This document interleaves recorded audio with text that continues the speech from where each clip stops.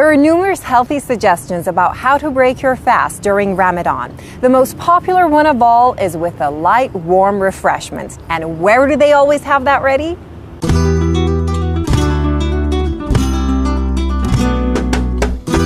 After a long walk or a hard day at work, many of us need a place to sit back and rest a little bit.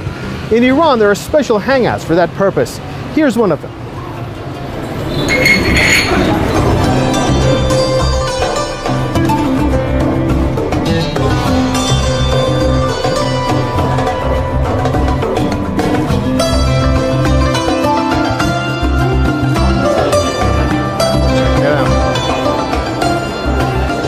This is a traditional Iranian tea house known as qahvekhane, which literally means coffee house in Persian. But there is no such thing as coffee here, it's just tea.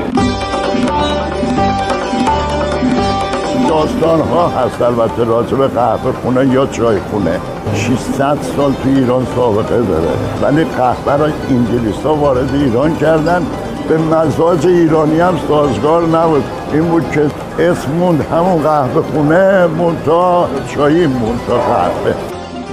In Iran, taking a break without a hot cup of black tea would be meaningless. Tea houses have for long served as a hangout for men, a place where most of the social interaction took place. Today, some tea houses have turned into traditional restaurants and host the entire family. ما 6 صبح باز میکنیم صبحونه داریم یه سری محلی ها هستن کاسبای محل هستن میان برای صبحونه ناهارمون خب خیلی ها میان از خیلی جاها میان من مشتری داشتم از سوئد اومد صبح میمد اینجا تا غروب تو حیاط میشست فقط 2 تا چای میخورد و اون فضا رو نگاه میکرد. A traditional tea house was also a place where charitable fundraisers were held. In addition to tea, these joints also have a simple menu for breakfast, lunch, and supper.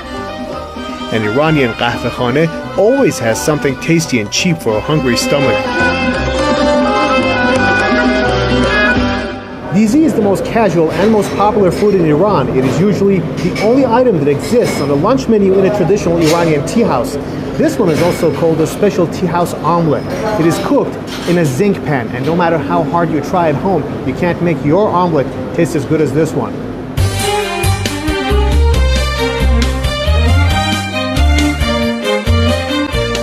This is hot. They usually use 2 pieces of sangak bread to hold this stone pot and then pour the dizi into the bowl. You really have to be very careful. Soak the bread in the broth, take the pestle and start mashing the ingredients in the stone pot that include lamb meat, lamb fat, potatoes, tomatoes, beans and peas. And there you have it, the lovable gusht koubideh.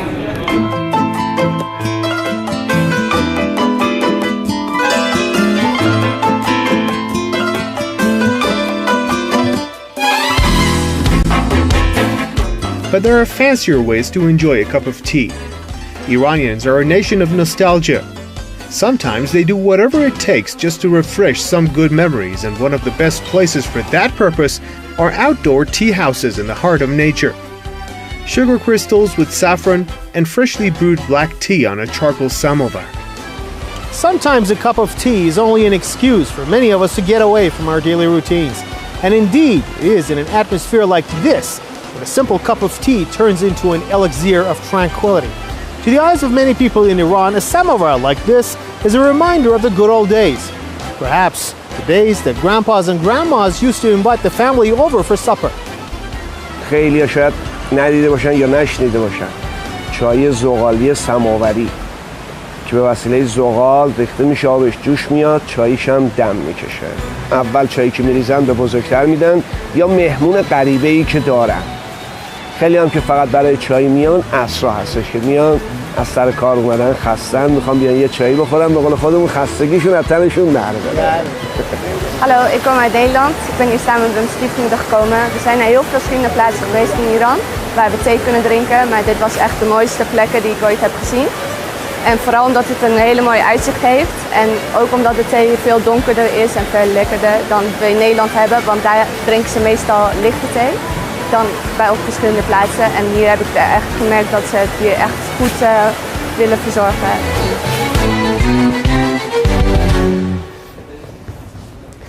People have their own exclusive taste, just like their fingerprints. That is why there should be enough flavors to respond to each of these tastes. Some prefer to spend some quality time trying out alternative flavors in a more modern atmosphere.